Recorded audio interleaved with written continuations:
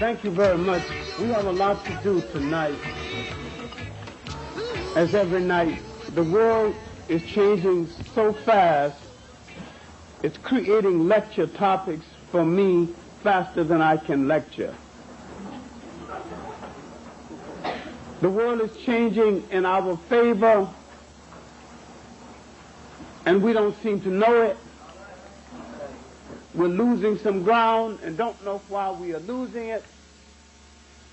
We're gaining ground and don't know how to consolidate it. And principally because we have gone away from the subject for tonight. We have lost the art and the drive to be an African people. And you cannot be another people and rescue yourself while imitating another people.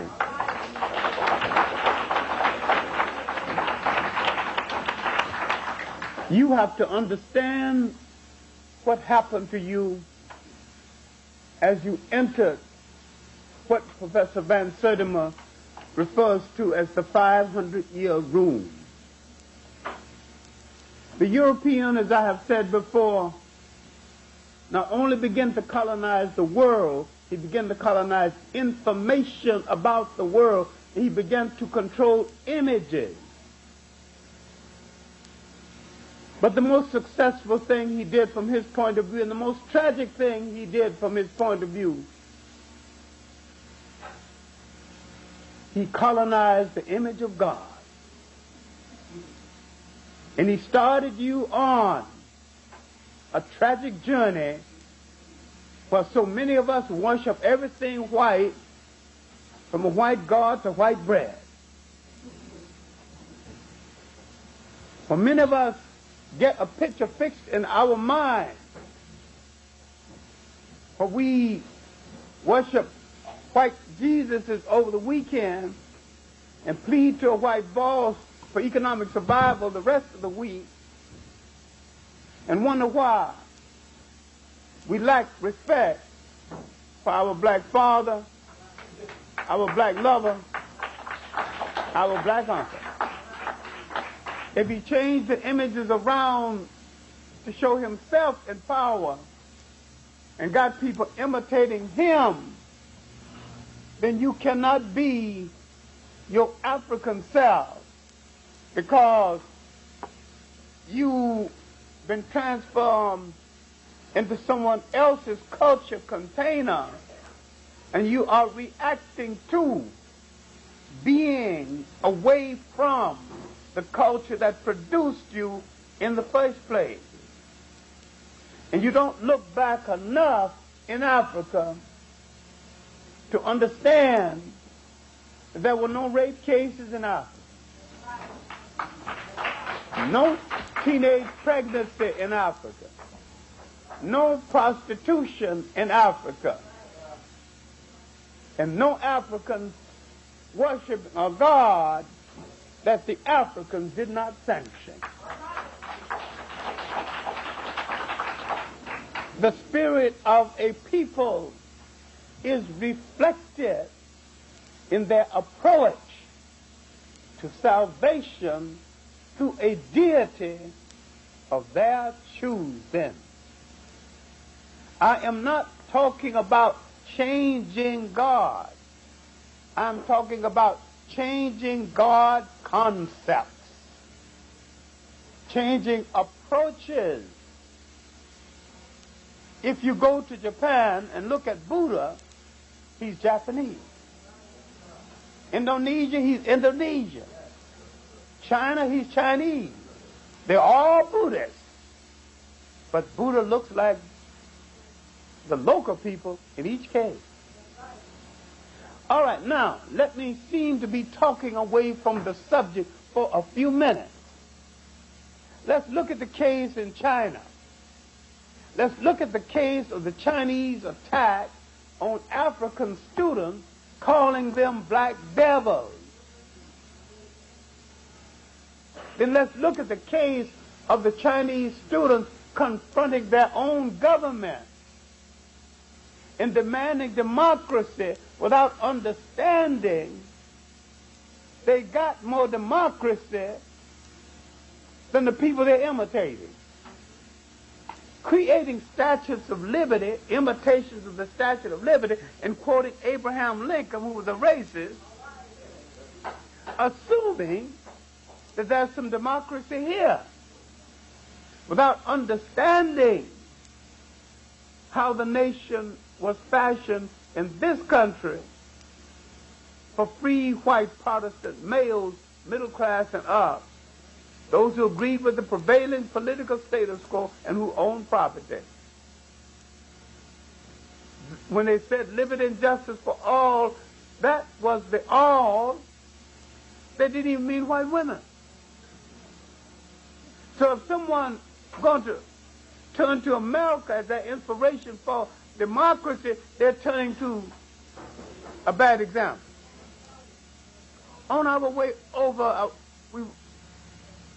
Reverend Brown and I were discussing just democracy, and he picked out the case of the Chinese troops. The Chinese troops hadn't shot anybody. And some of them, refused to hurt these kids. That's their cousins and their uncles and their nephews. They got some humanity. Over here, they knocked the living hell out of you. A state trooper would take the butt of his gun and make you wish you'd never been born. And he don't care about you being his cousin. He said, get the hell out of this pocket. You gonna get out of there. You put a bayonet in your behind. They got more democracy in China than they will ever have over here. Now, are these people crazy? Have they read their own literature? Confucius had more to say about democracy and humanity and manhood and womanhood than Thomas Jefferson. Let them go back to their own writers. And when a people lose themselves and become so enthusiastic about things that belong to other people, they become the captives of those other people. And the Chinese are forgetting something. Not too many years ago, there was a foreign settlement in China, in Shanghai. The Chinese couldn't even touch a foreigner. The foreigners had their own police force, their own courts. There were hotels in Shanghai where the only Chinese woman who could go into the hotels, the cleaning woman and a whore. And there were signs on the hotels saying Chinese and dogs not allowed. What in the hell do they think they're talking about? They want American-style democracy. I don't want American-style democracy. I will trade for theirs with all its drawbacks. I would take any kind of democracy if it's honest. And this is the trap we're getting ourselves into. We think we can buy a piece of somebody else's pie. We don't know the cook who bakes the pie. And we don't know the pie may be poisoned. Bake your own pie. Design your own government. Look at Africa. There's not a single African government in all Africa, and this is why the African Revolution went wrong. Not a single African government dared to come into being using African methodology, using an African system of government. Going back into African history and seeing the African democratic forms. Now let's go back and pick up an example. During the reign in ancient Ghana of a king called Tenkamini, the lowest person in the kingdom could petition his king. He would petition through the council and the council was duty bound to take his complaint to the king. And if enough people of his status complained about the king, the council had to recommend the abdication of the king. And the king couldn't do about it. Could do nothing about it. This is a monarchy, and yet it was democratic. And this is why Ten Comedian was known as the king who rode out twice a day, every day. He would ride out among his people and administer justice. And anybody who wanted to talk to the king could approach the king, and did not have to move from his presence until he was sure that justice had been done in his case. He would ride out again in the evening in splendid regalia, dogs with gold collars, horses dressed better than the then kings of Europe, men of the mat, men with silk and brocade mats, just in case the horse want to take a nap, to lay down the mat so the horse can rest a while. Splendor at its best, controlling the gold country, fabulously rich, and the people shared in the riches. The assumption is that a monarchy cannot also be democratic. When we go back and look at these African farms, we don't need to turn to the West for democratic farms. We had these farms. And we had communal living before someone invented communism. We had social living before someone invented socialism. But when it's coming from Europe, because of our European fascination, we think it has to be good because it came from them. We have not looked deeply at what was taken from us, because we have not looked at the great river civilizations of Africa. Now, this is a great concern for a lot of people, but because of our number in the world and how we are dispersed in the world, we're supposed to be winning. Some of the great wealth in the world is in our hands. 98% of the gold, the gem diamonds, comes out of Africa. The bulk of the gold comes out of Africa. Most of the cobalt comes out of Africa. Manganese out of Africa. 2/3 of the copper in the world comes out of Africa. Great deal of the zinc and the lead in the world comes out of Africa. If we united African people all over the world, we could close down American industry.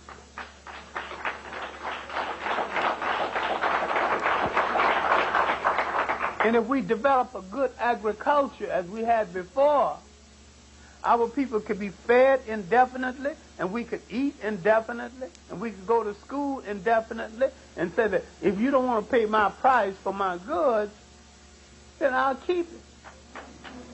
And they tell you, eat it.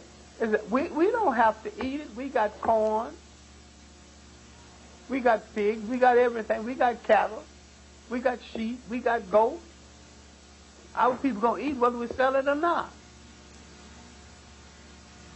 We're like a person in a card game who's got all the high cards and failed to put the cards down. All right. Someone has sent me a book that they've been working on a number of years. I didn't think he'd quite bring it off. It's called Why We Lose. Jake Beeson of Minnesota, Indiana. He has addressed himself to the question, but inasmuch there's so many of us in the world, so strategically located, why are we losing? And why are smaller people winning? And why are we losing in the face of that? And we need to ask some critical questions. With all the things in our hands, with all the resources that can be made available to us, why are we losing? I think we're looking at ourselves in the wrong way. And we're asking the wrong things from each other. Farrakhan wants a separate state in Africa. I say, please, no. We don't need another Liberia. A sick nation where black Americans and Caribbeans went. They say that they're going to civilize their heathen brothers. We don't need no condescending attitude toward Africans abroad and Africans in Africa. If we return to Africa, we will return and walk the same street with the Africans, go to the same school, fight the same battles, and cry over the same defeat. No separation between African people and African people any place in the world. It's not needed.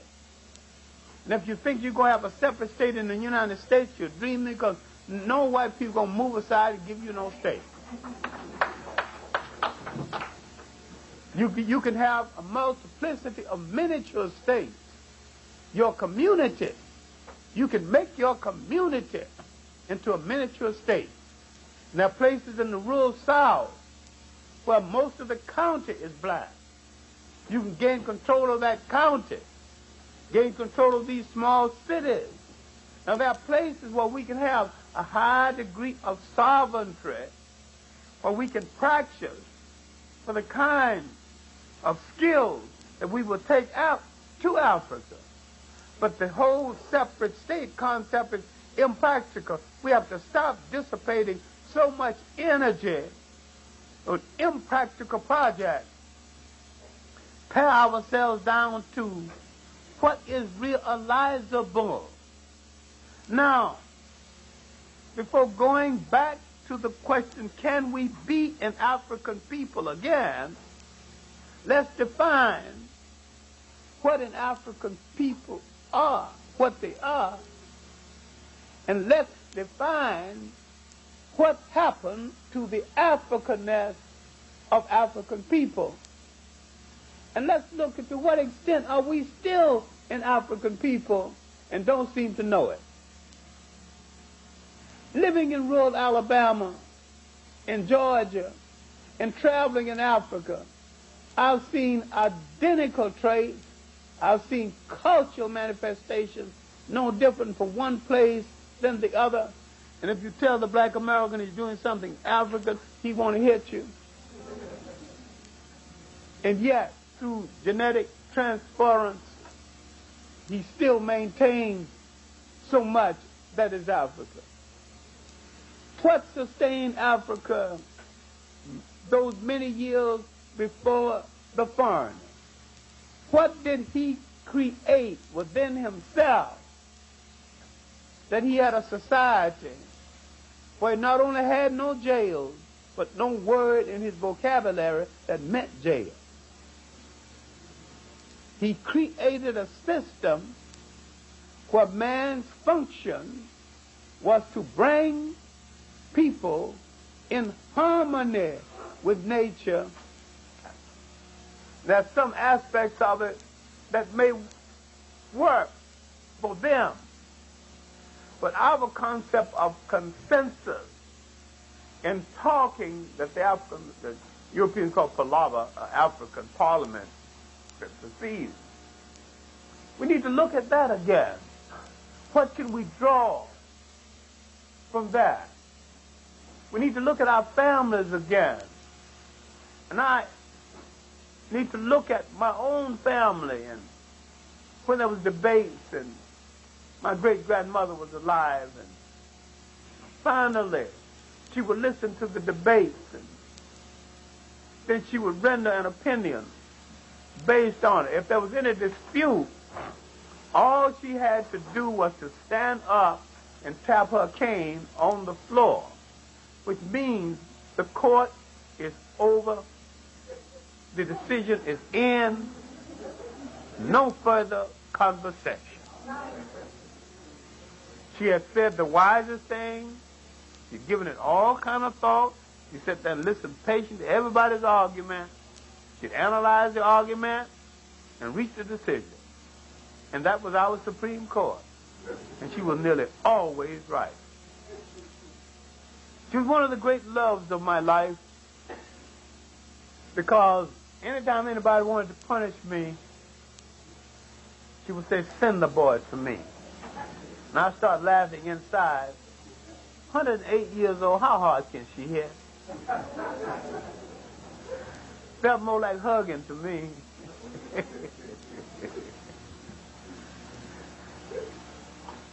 The whipping was of short duration, but the lecture would last the rest of the evening. She would tell me the story. I think we have grown too much away from each other, and we have not listened to each other. We have not consulted forms that we created. I don't know who Robert is, who did it, Robert's Rules of Order. And if he's alive, and I hope I got enough strength to choke him when I find him, he spoiled more meetings. Point of order, Mr. Chairman. Point of information, Mr. Chairman. I always holding up where if you can listen, talk consensus, the whole meeting will be over in a little while. Because the best thinkers among you will arrive at a consensus based on what's on the floor. And you'd have the best opinion you're going to get. All right, now, how did we lose being an African people, inasmuch as, in spite of foreigners, we continue to be an African people all over the world until about the end of the 19th century. Outside of Africa, the most African place in the New World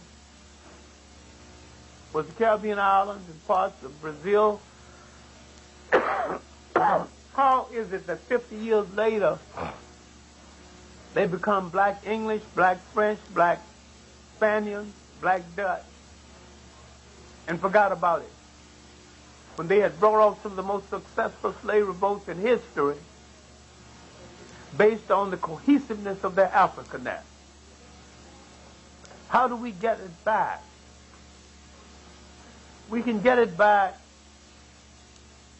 by looking at what kind of success we had when we communicated one to the other. We should examine very critically what other people are saying about us. We should examine very critical the people who say that they are our friends when they are the people trying to take a community away from us. There are too many things happening in this city that we have not examined. We should examine the concept of planned shrinkage, a plan to drive the poor out of New York and make it the bedroom for the middle class. They don't want poor whites in the city either. Poor whites won't even be able to pay the rent. Now, if a man makes sandwiches at a luncheonette, and he's good at it, why shouldn't he have a decent home? Why must he be some kind of an executive to get a decent place to stay? Now, in an African setting, where the king was in charge of the distribution of goods and services, he would get a place commensurate with his needs, irrespective of his ability to pay. This was a form of socialism. And they did not call it socialism. They didn't call it anything. They just lived it out. And what did the Europeans do? Formalize it and dogmatize it and came back to sell you what you had in a much better form before you know they existed. And that's what is still happening. That's what's happening in our courts. That's what's happening in relationship to the disintegration of our community. That's what's happening with the control of image. That's what's happening with the bad movies being made. That's what's happening with Spike Lee's misconception of the black college and the black college president. It's happening because we are not controlling the image and we are not controlling the curricula.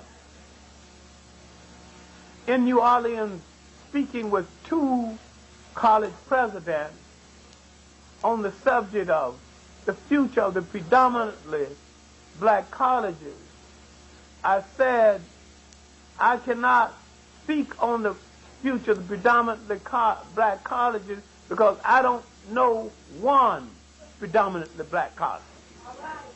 Because I don't know one, I will address myself to what would a black college look like if it did come into being, if it dared to be black.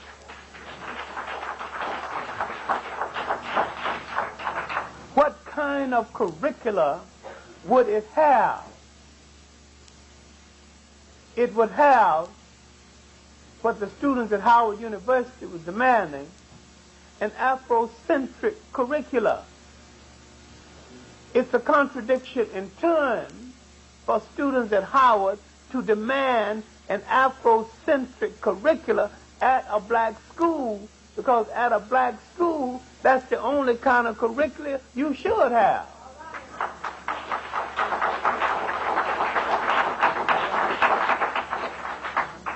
At Brandeis and Yeshiva, you've got a Jewish-oriented curriculum. They don't apologize for having it. They said, this is what it is. Now, they didn't say don't come here. But say, if you come here, this is the curriculum. We're not going to change it to suit you. Black schools should be good enough to train any student of any race and any religion in the country and still have a curricula that predominantly favors black people all over the world. If you go to Harvard, Harvard was found as a Protestant school to train the future rulers of the United States. It's not going to change its curricula for anyone. It's going to remain. One of the Blyden brothers went to Harvard and is going to get a degree in political science.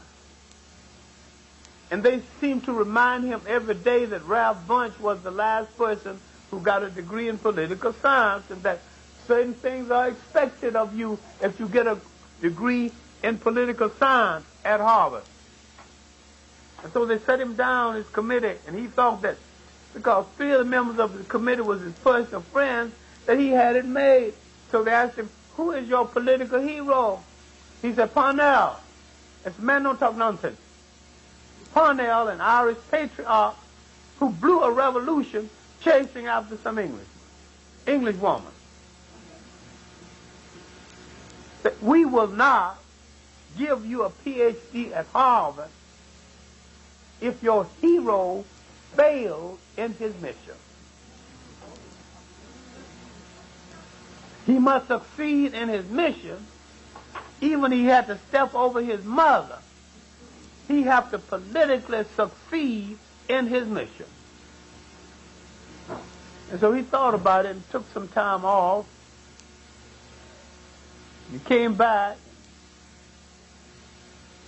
wrote the PhD thesis in 45 days, and asked, who's your hero? He said, Cromwell. This is good.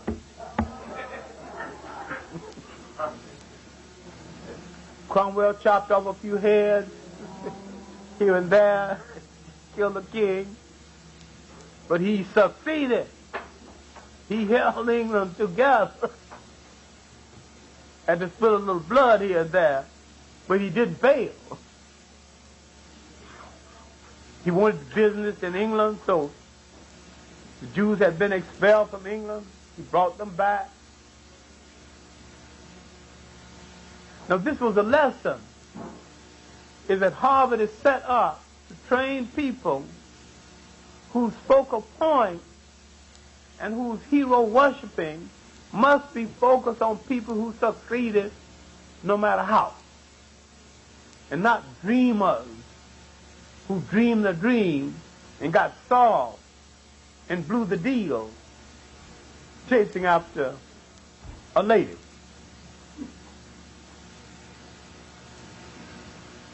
Now what I'm saying is that if you take Hamilton Institute, any institute, a black curriculum must have good courses in African history, not just a subject that allude to it. It must have good courses in African womanhood. It must show now that one of the main reasons why the status of women was so much different in Africa is that the African recognized early in life something which Western men still are not ready to recognize. The duality of relationship and how he would have to put both of them together to create a single relationship. And that's why the king is referred to in the masculine gender. The king, in order to be total, had to have both the masculine and the female gender. And that you could not be a god without having a goddess. You're only half of a god until you get a goddess. And when you look back at how all of it started, when you go back 10,000 years, when you look at the status of the Europeans and all that ice, seasons are short. He's got a short time to harvest the crop. 4 months, he's got to plant, harvest, and store. The wife must work. Every hand must work. If he gets angry with his wife and tell her to get out, she has to cop a plea to stay in. Because where is she going to go in all that ice? And if she go to another household, that's another mouth to feed. So she's not welcome there. So she was beholden to him from the beginning. And this is part of her psyche, of being beholden to him. She was never free, and she's not free now. Only now she's a slave on an air-conditioned auction block. Okay, you look at Africa, where the women started agriculture. The women got tired of the man going on to hunt. She began to plant gardens. She began to have a food supply so close to the house. And when she said, "Where are you going?" "I'm going on hunt." "No, we got enough food at home. Stay home."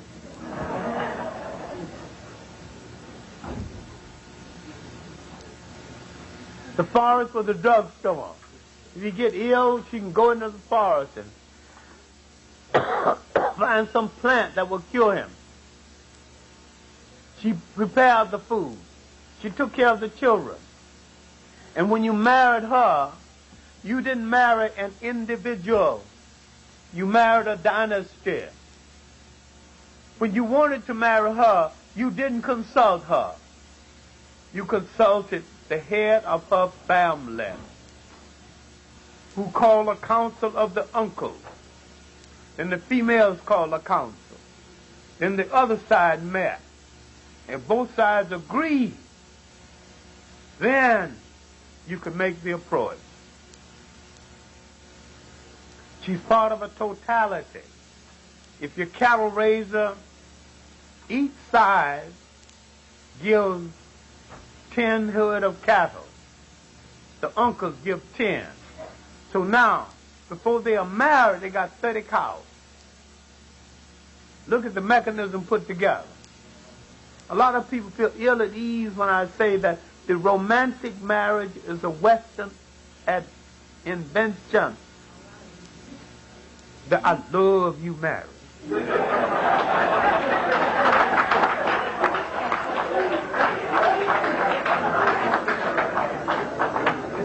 It lasts through the season. Sometimes it lasts through the summer. It may be gone by the winter. I'm talking about I respect you marriage. When you're putting together two families, sometimes two villages are coming together. Now suppose he get a knock on the head and get a little foolish and tell her to get out. She'd look at him like a fool and say, who's going to prepare your food? Who's going to take care of your children? Who's going to go to the forest and get something to cure you when you're sick? And besides, if she had to go out, there's plenty of places to go. She ain't got to go in no snow. You see the independence from the beginning? And the independence did not mean dominance. It did not mean what white women live think it means. It did not mean what you are foolish enough to think it means. It did not mean that you got to declare war on him. The line came down through her side of the family. Matrilineal. The foreigners introduced patrilineal. Nearly all African societies are matrilineal. That means in most cases the king's son can never be king, but the king's sister's son can be king. Eliminating competition. There are exceptions, the Zulus are exceptions. They're patrilineal. And yet in a patrilineal society like the Zulus, when Clarke, after the death of his mother, Ninda, when he decreed that there'll be no crops planted for a year, people accepted that. There was enough meat and wild vegetables. They can survive a year without planting anything. No big deal. 15,000 men to guard the mother's grave for a year. No problem. So they go and guard the grave. Then he said, no, he maimed the cows so that they could mourn for the passing of his mother. Nobody complained. Then he said, no cohabitation for a year. The old ladies came together, said that our king is crazy. He has outlawed life itself. We cannot continue as a people if he's going to stop this activity. This item will not be so important except that I'm showing you that in a patrilineal society where that is male-oriented, the female council had enough power to order the ceremonial death of the king. Before he goes up to the moon, he's going to communicate with the gods and the spirits to give him the sign. If he don't get the sign, he ain't going. Is it all right with his God? Is it all right with his spirituality? This can get confusing because a whole lot of people think the Africans created a religion. Don't ever charge this crime to the Africans. I'm using my words advisedly. Judaism, Christianity, and Islam have been turned into murder cults because once they emerged, they began to be used to justify the murder of other people. Christianity said if he's an infidel, he has no soul, and it's all right to murder him, it's all right to enslave him. Judaism said if he's not of our faith, it's all right. Islam said if he's not of our faith, we can put him to the sword. The Africans created an overall spirituality and a God of love. These foreigners who misunderstood African spirituality created gods of vengeance. and created what I call a carbon copy of African spirituality. I am not less religious, I am more, because I say examine the carbon copies and entertain the idea of going back to the original. I didn't say change God. I didn't say change churches. I said change concepts, change approaches. Stay where you are, but look at it in a different way.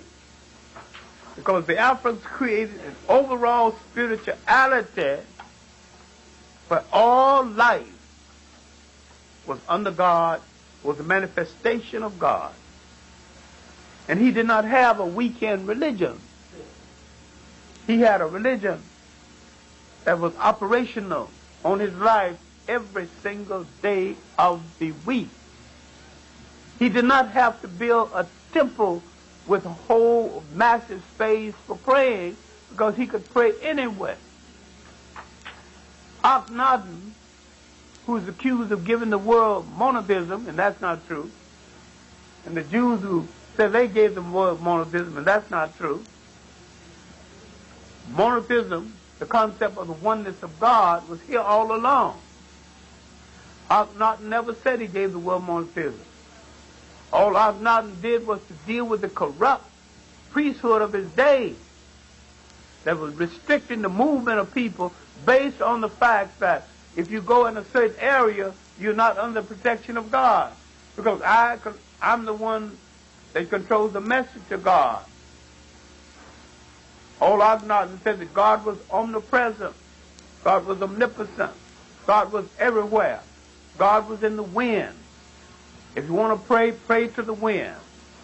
God was in the tree. God was in a lowly cockroach. But most important, God was in you. You look inside of yourself.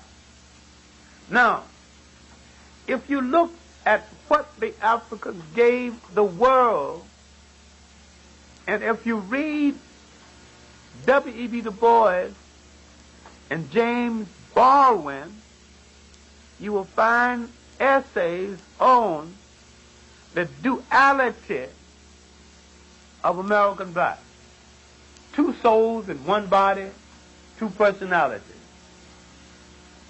What the Africans gave the world is a form of duality. And when we look at duality, the Africans use conflict to solve conflict. He used conflict to horn one conflict against the other and to arrive at a synthesis between the two conflicts. So therefore, conflict did good because conflict presented him with the opportunity of arriving at a synthesis in between the two conflicts. Now, if you understand what I'm saying, you will understand that neither Du Bois or Booker T. Washington was wrong. And yet, the difference of opinion between Du Bois and Booker T. Washington gave us the opportunity to analyze both of them and arrive at a conclusion that will not be positively Booker or positively Du Bois. And that is called synthesis.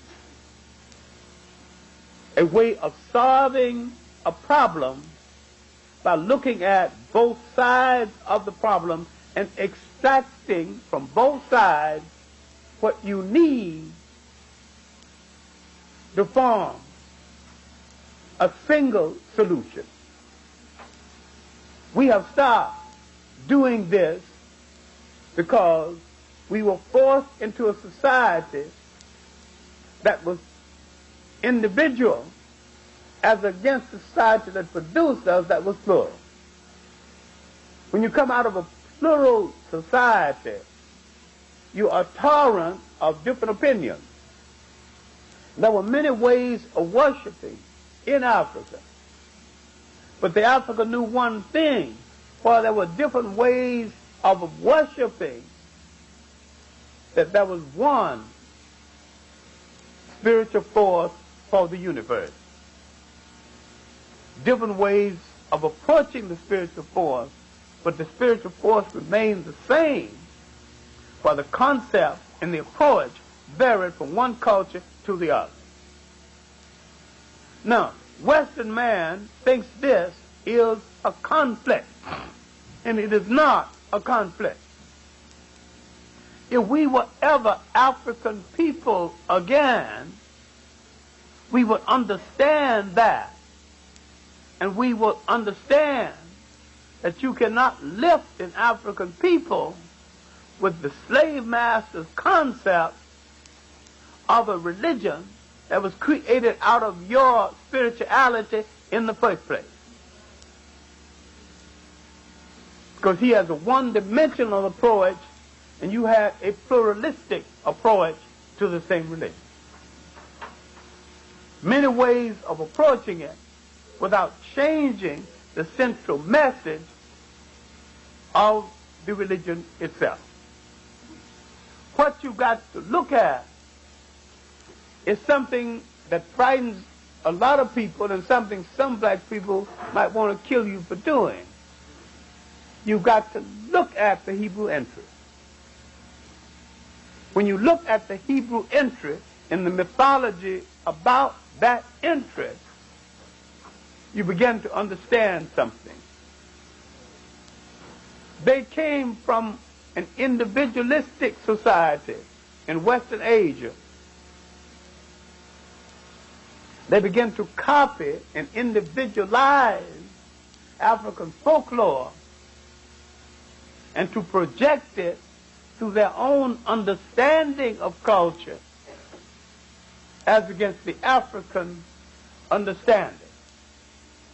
And not knowing African rule of morality, they began to violate these rules, and the African, with his customary kindness towards strangers, did not punish them for violating the rules.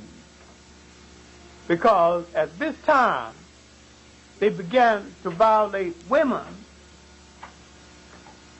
without any punishment and without any marriage. They began to produce. Now, this is the historical origin of black teenage pregnancy.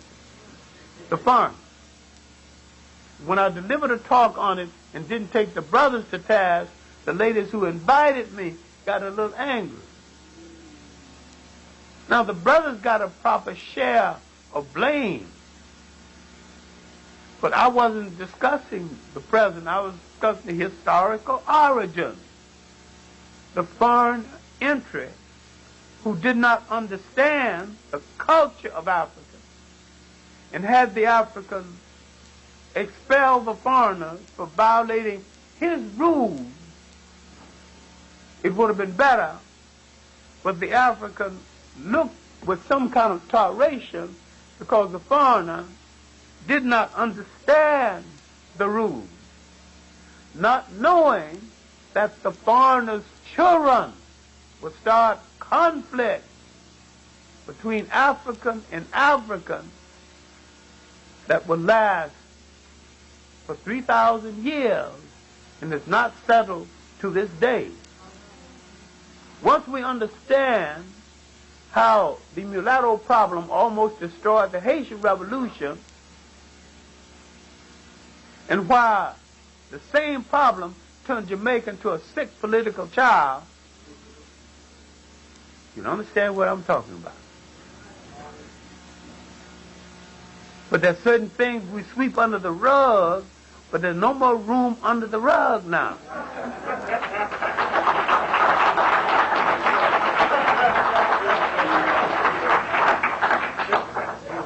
Now we're going to have to turn back the rug and deal with it. Because we have to deal with a loyalty system. We cannot build a nation with any large number of people within the nation who have a question as to whether they are loyal to us or their father. Everybody in the house must be loyal to the house or get out of the house. Because this is a time of great emergency when our very existence is at stake. Now when you look at the Hebrew entry, 70 in numbers, that we're to believe their records as recorded in the Bible, entered 70 in numbers led by their patron Abraham, leaves 600,000 in number,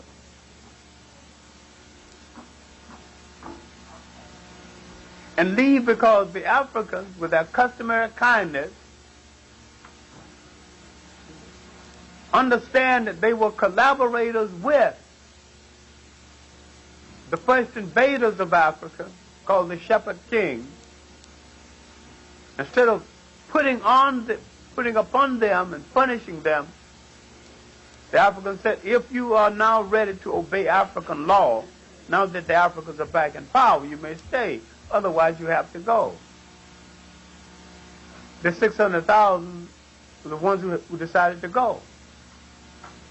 But they had come into Africa with no clear language, no clear religion, and no clear culture. And when they left, they had all three. Africa had made them a people. And they were never grateful to it. They never returned the favor. They never sent a thank you note. They copied the African folklore. They copied the meaning of the Bible from African books. Books that the Africans had created before. There is a book recently published called The Awakening Osiris. And this book deals with a simplified approach to African books written before the Bible. The most interesting, the one, only two I'll call to your attention. One is the book of Hunafa. That means the purpose of Hunafa, written by somebody named Hunafa. When the Egyptians say, we came from the headwaters of the Nile, near the mountain of the moon where the great god Hapi dwells, as Kilimanjaro. It's significant because the ancient Egyptians identify their origin in spite of all the nonsense trying to make them white. They said in their literature where they came from. There's a whole library of books to prove it. This is why the book called the purpose of the Book of Hunafa is important, and part of the Book of the Dead, and sometimes published separately. But there's another book we need to look at. That's the book of Kananu. Because there was a man, Kananu.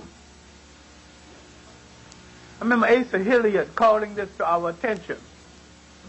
There was another man who thought they could get some money from him. And so Kananu was on his way to sell his products, farm products. So this man put his clothing down across the road. If Kananu went around the clothes, you had to go through the man's cornfield so he could sue him for going through his cornfield. And if he went over the clothes, he would sue him for messing up his clothes. So Kananu went before the court and started defending himself. He defended himself so well, saying what the king's supposed to do, what the council's supposed to do, his rights as a human being, how he was wrong.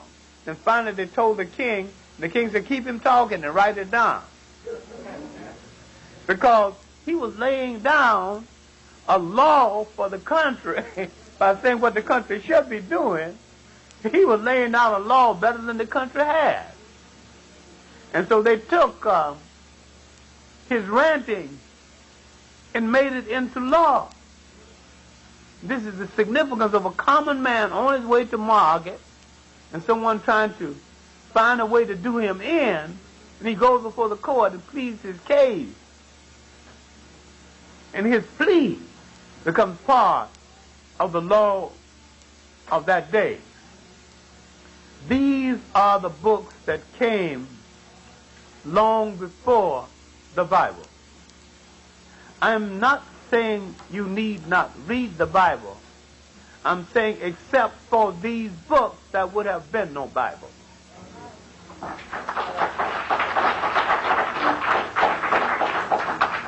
I did not say choose one over the other. I said that both of them need attention. Yes. Thank you. Both of them need attention. And you need to pay attention to African problems of problem solving before something called European civil law entered that did not understand African methodology of problem solving. All right. The problem in Africa today in every single country is that you do not have in administration in Africa a single African country. Not one. You do not have a single African country that fashioned its government after a theory developed by Africans. You have an educated African running the country, trying to develop parliamentary government that they took from the people who educated them without understanding that that same government is not working so well for the people who taught it to them. Democratic government is not working so well for the people who said they believed in democracy. And what you needed to do right now is to restore the African system of consultation where we arrive at a consensus. We can arrive at a consensus without a vote, because once the main speakers have spoken, the council analyzed the best thought that has come forward, then arrive at a consensus based on what they have heard. This is what we call a synthesis. He can't do everything that was asked of them, but they try to do the best that was asked of them using the most reasonable things that were being asked of them. And then the last blow, when he said, "What have I done to you, sons of my fathers?" That was the last of the greatest warrior, one of the great natural warriors in human history. He was not murdered. You must make a distinction between murder and ceremonial death. This was a ceremonial death because the women assumed that he had violated the basic survival customs of the Zulu people. After him, the re-emergence of Africanness, one of his assassins became king, Dingang. And after Dingang, I'm tracing the real fight that started in South Africa. Now the British pushed the Zulus, and the Zulus pushed back. The British pushed the Boers, and the Boers pushed the Zulus, and the Zulus pushed back. And this started the physical struggle for Southern Africa. There had been wars before, 11, with the people called Hottentot and Bushmen. This is so well recorded in Fell's work and by the Zulu writer Thomas Mafolo, and by the present-day living Zulu writer Mazola Kamini in his work Impachaka, the Zulu, and with some respect in Omar Cooper's work, The Zulu Aftermath, and with some respect and but some misunderstanding, the book by Morris, in America called the washing of the spears. The Zulu Wars is the most recorded and the best recorded wars in Africa. And the main thing that I'm trying to get at is that these Africans had not lost their Africanness. They were fighting in an African way. They were living in an African way. They had physical training in an African way. They were not this time imitating Europeans and falling into traps. It was not until early in the 19th century, early in the 20th century, that African missionary-trained Africans began to wear European clothes, develop European tastes, and become Europeans in blackface. What we need to look at the end of the 19th century, all over Africa, when African people were losing their Africanness. We need to look at it all over the world, but first Africa. In East Africa, the fight for Africa's soul between the Catholics, the Protestants, and the Arabs, fighting over the soul of Uganda. The white fathers, those the Catholics, had armed their converts.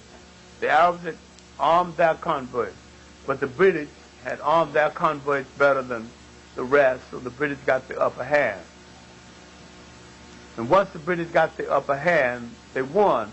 But the British did not take away from Uganda the fact that Uganda had moved too far away from their Africanness.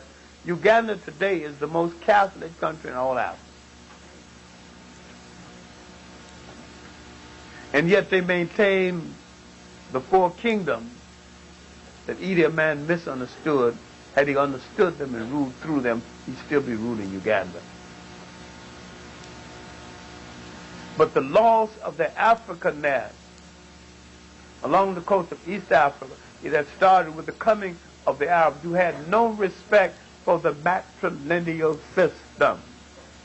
And if you travel in Africa, in West Africa and East Africa, notice that in East Africa, the men are mostly in charge of the marketplace. Notice in West Africa, the women are mostly in charge of the marketplace. Because the Arabs destroyed the concept of matrilineal, they installed the patrilineal, a form of male supremacy.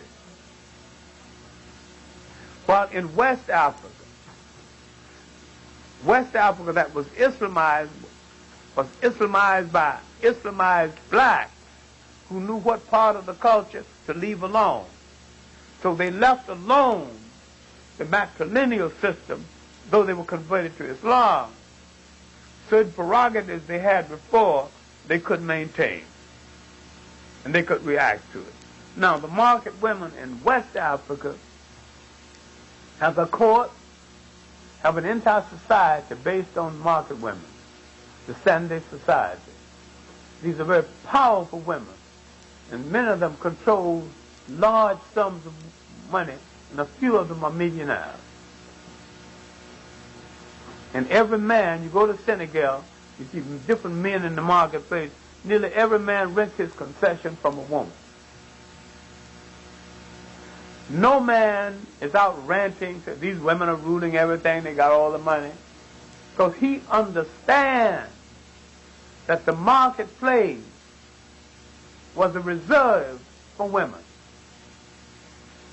East Africa don't understand it because the Arab traders, being male chauvinists, would not trade with women. It's a pity that the brothers who belong to the religion don't understand the religion and cannot separate Islam from Arabism. Once you separate Islam from Arabism, and once you deal with the statistics that there are probably 127 million Arabs in the world, most of them live in Africa. There are more African Muslims than there are Arabs in the world. What am I saying?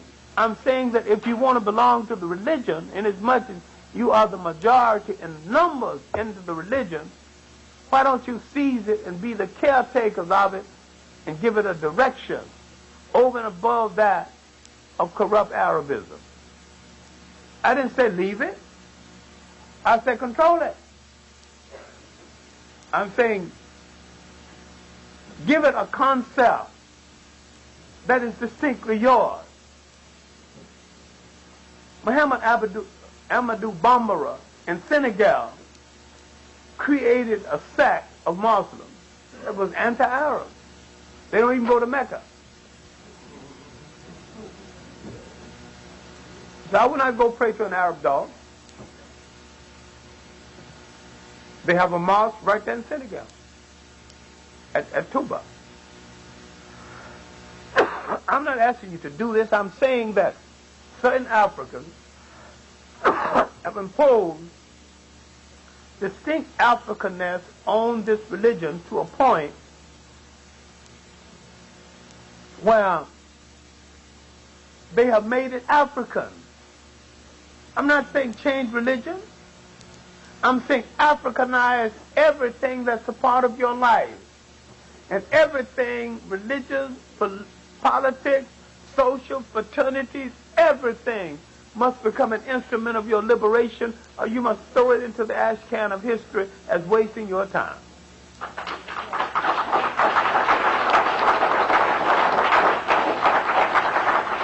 All people convert organizations into instruments of their liberation. While we out-poke the Pope and out-Muhammad, we are Puritans, and we follow it as laid down by someone else without reading into it a concept that is distinctly ours and approaching it in a manner that is distinctly ours. As we look toward the 21st century, we don't have much time to waste. We don't have much time to get ready. If we're going to be an African people, we can't be dreaming all the time. If we need to stop talking about apartheid until we train some people to take over South Africa. I mean, don't tell me about apartheid. How many diamond cutters have you trained? How many mining engineers do you have? So you take over South Africa right now, all you have to do is turn it back over to white folks to rule. They mastered the mechanics of getting the stuff out of the ground. And you could have done that. How many students do we have at the Colorado School of Mines? We build airports for people in the United States. You mean to tell them we can't build an airport in Africa? The blacks in charge of the harbor in New Orleans and in Newport News. You mean to tell me we can't go to Africa and be in charge of the harbor? I'm saying that to be African again is that Africa, outside of Africa, must draw on the strength and the talent of African people all over the world. We must have a pan-African agenda that goes beyond what religion you belong to and what fraternity and sorority you belong to. You really don't need to belong to any of them because the Greeks had no fraternities and sororities before they came in touch with Africa's secret societies.